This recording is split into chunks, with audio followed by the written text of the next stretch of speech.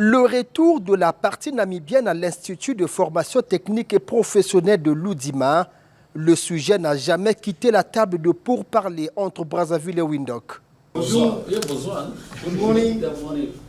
Ce 15 mai, Gustave Fulgence, réuni à Dikol Goum, a échangé avec Oplong Oucho Nyalipingue au sujet justement de la coopération éducative entre le Congo et la Namibie.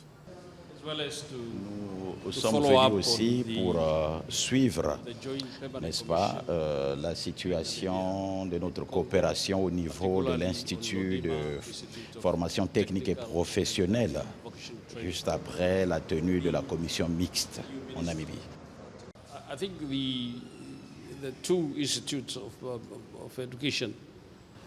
Vous savez, les deux pays ont signé, renouvelé cet accord sur l'Oudima, pour s'assurer également que les apprenants et le personnel namibien viennent là-bas à l'Oudima, à l'Institut professionnel, pour la formation.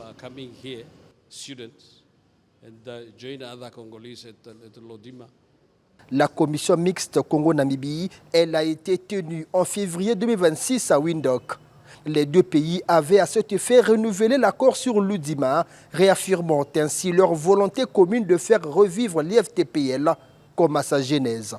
Pour ce faire, une délégation des techniciens namibiens devrait faire une mission d'inspection à Kitaka avant le probable retour tant attendu du personnel et apprenant. Vous savez, la commission mixte permanente entre le Congo et la Namibie doit être pérennisée, continuée, renforcée, et surtout au niveau de l'Institut de formation technique et professionnelle de l'Oudima. C'est le souhait fort des deux pays de voir que l'Institut de l'Oudima puisse être fonctionnel.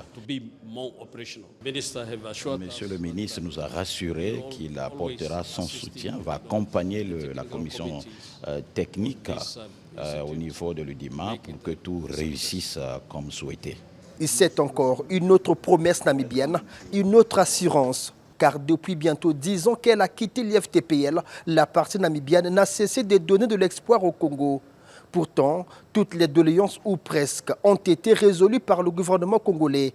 L'aménagement de la route menant à l'Institut en attendant son bitumage, la connexion à la téléphonie mobile et à l'Internet, l'électrification, la potabilisation de l'eau qui était impropre à la consommation.